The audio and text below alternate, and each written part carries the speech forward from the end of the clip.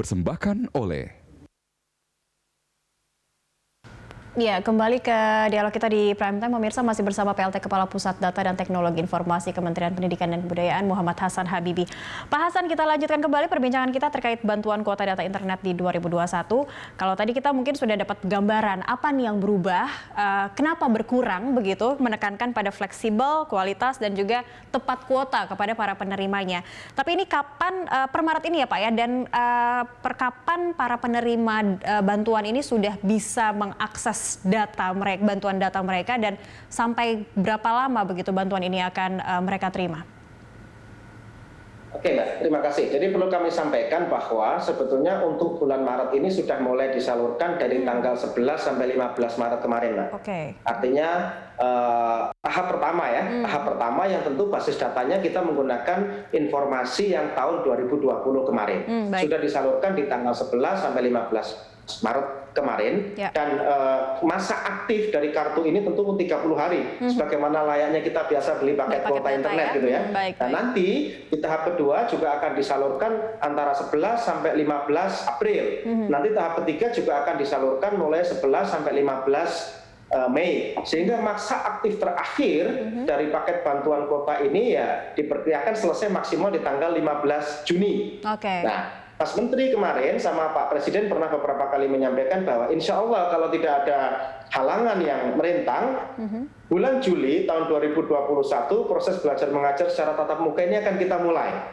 Bertahap. Nah, sehingga pada saat selesai akhir Juni, pertengahan Juni ini akan menjadi jembatan menuju proses belajar mengajar secara tatap muka yang dilakukan oleh masing-masing satuan pendidikan. Jadi ini memang kita memberikan bridging, jembatan, bahwa pemerintah tetap memfasilitasi atas proses belajar mengajar yang selama ini masih berlangsung dari rumah sampai nanti kira-kira bulan Juli tatap muka itu akan kita mulai, Mbak. Terima kasih. Artinya secara teknis untuk penerimaan ini tidak ada yang berubah dengan 2020 supaya masyarakat atau penerima bantuan paket data ini tidak bingung. Ini dapatnya kapan, berlaku sampai kapan, begitu ya Pak? Itu tidak ada yang berubah ya. Tapi kalau tadi di segmen pertama saya sempat menanyakan bahwa siapa tahu di 2020 ini banyak yang nyangkut paket datanya. Di 2021 ini bagaimana nih Pak supaya mungkin semuanya menerima dengan rata begitu, tepat waktu, dan mungkin juga ada masyarakat yang punya resources lain atau mereka mungkin tidak terlalu memeriksa paket data yang didapat. Apa yang bisa dilakukan oleh Kemendikbud juga supaya ini semuanya bisa dirasakan rata begitu para untuk peserta didik, pendidik dan juga lainnya yang di bidang pendidikan. Baik, terima kasih Mbak. Tentu basis data penerima informasi paket ini adalah dari aplikasi Dapodik maupun pangkalan data Dikti yang dikelola oleh Kementerian Pendidikan dan Kebudayaan. Karena dari situlah sumber awal data peserta didik berikut dengan nomor handphonenya masing-masing. Nah, bagaimana kemudian misalnya di tahun 2020 kemarin masyarakat belum mendapatkan, dan pada tahun 2021 ini mereka ingin mendapatkan layanan ini. Jadi kami harap semua orang tua atau para peserta didik atau mungkin mahasiswa untuk bisa berkomunikasi dengan pihak satuan pendidikan, dalam hal ini adalah para operator sekolah atau kepala sekolah atau kampusnya, rektor, untuk kemudian memutakhirkan data di sana. Nah, hasil pemutahiran data di masing-masing satuan pendidikan itu nanti yang akan dikirim ke kami dalam bentuk SPTJM. Aplikasinya juga bisa di-download di Dapodik maupun pangkalan data Dikti itu. Nah, SPTJM inilah yang menjadi dasar kami untuk melakukan informasi kepada para operator seluler, tolong dong ada perubahan nomor handphone nih misalnya, atau ada penambahan peserta didik ini yang akan mendapatkan, mereka sudah mengupdate. Nah, kami nanti tinggal berkomunikasi dengan semua operator seluler, kalau ada perubahan nomor, kalau ada penambahan peserta didik, kalau ada misalnya mahasiswa yang belum mendapatkan dan datanya sudah terupdate, untuk kemudian bisa mendapatkan bantuan ini di tahun 2021. Jadi memang ini harus dua arah, Mbak. Tidak bisa semata-mata dari Kemdikbud doang, harus juga dari pihak kampus atau sekolah proaktif untuk mendata siapa saja yang belum mendapatkan dan itu dikomunikasikan ke kami. Dan juga si penerimanya juga harus aktif dan ini ya Pak ya, concern gitu ya terhadap apakah paket datanya sudah masuk atau tidak, atau mungkin yang belum mendapatkan ini bisa melaporkan ke pihak sekolah atau kampus jika mereka merasa sudah waktunya tapi kok paket datanya belum ada nih, apa yang bisa dilakukan?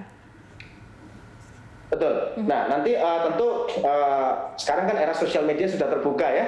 Kami juga menyediakan kanal-kanal informasi yang bisa diakses oleh para peserta didik ataupun masyarakat secara umum lewat ULT-nya Kemdikbud misalnya. Tolong informasikan ke kami, misalnya kalau ada keluhan-keluhan, Pak, saya sudah mengupdate atau pihak kampus sudah mengupdate, tapi kenapa belum masuk? Nah, nanti kami akan melakukan checking ke satuan pendidikan tersebut. Apa yang menjadi problem teknis di lapangan, sehingga bisa kita segera selesaikan dalam tempo yang singkatnya. Jadi melalui kanal-kanal sosial media yang ada di Kemdikbud, itu bisa disampaikan terkait dengan problem teknis itu. Ini yang pertama. Kemudian yang kedua, kami juga pasti melakukan koordinasi terus ya dengan semua satuan pendidikan dan pihak sekolah di batas waktu yang sudah kita tentukan supaya masyarakat bisa terupdate terkait dengan proses verifikasi kuota data internet di tahun 2021 ini. Oke, nah bagaimana dengan ini, pastikan data juga nampak begitu dari Kemendikbud, dari provider pula, mungkin dari sekolah. Misalnya itu tadi saya sempat menanyakan, jika seseorang penerima ini punya resources lain begitu Pak untuk paket data, apakah dia tetap berhak mendapatkan atau seperti apa nih, agar ya ada keadilan lebih meratai juga begitu untuk yang mendapatkan bantuan paket data ini? Baik, terima kasih. Ini pertanyaan yang menarik karena kan kita tidak bisa memprediksi berapa sih penggunaan kuota per masing-masing individu ya gitu ya. Karena berangkat dari pernah ada yang pakai hanya 1 giga, akhirnya ini ada pengurangan, itu salah satu latar belakang begitu ya Pak? Betul.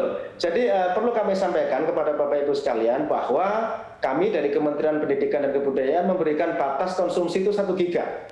Jadi kalau pemakaian kuota itu di atas 1 giga, berarti kita asumsikan itu dipakai oleh para peserta didik maupun guru dan mahasiswa kita untuk proses belajar mengajar. Nah, kalau misalnya pemakaiannya di bawah 1 giga, kita asumsikan mungkin mereka punya resources yang lain. Entah mereka menggunakan wifi yang ada di rumah, atau mungkin ada fasilitas publik yang ada di sekolah atau di kampus, sehingga tingkat keterpakaian dari kuota itu menjadi tidak maksimal. Nah, karena tingkat keterpakaiannya tidak maksimal, makanya yang di bawah 1 giga tidak kita usulkan kembali di bulan berikutnya. Tidak kita usulkan kembali, sehingga otomatis itu akan hilang dari daftar, kan gitu ya, karena pemakaian yang sedikit itu sendiri. Nah, angka ini kami peroleh tentu dari koordinasi dengan semua operator seluler yang menjadi partner atau mitra dalam proses bantuan kuota ini. Artinya ini mengingatkan agar masyarakat, orang tua, peserta didik, para pendidik ini dapat bantuan dari pemerintah dimanfaatkan semaksimal mungkin. Karena memang terdeteksi ya, kalau penggunaan di bawah 1 giga ini otomatis di bulan berikutnya ini akan di shutdown gitu mungkin paket datanya. Begitu mungkin ya Pak Hasan ya. Baik, Pak Hasan, kita akan lanjutkan. Masih ada 1 segmen lagi untuk berbicara atau berbincang tentang bantuan kuota data internet 2021 di segmen berikutnya. Pemirsa, tetaplah bersama kami.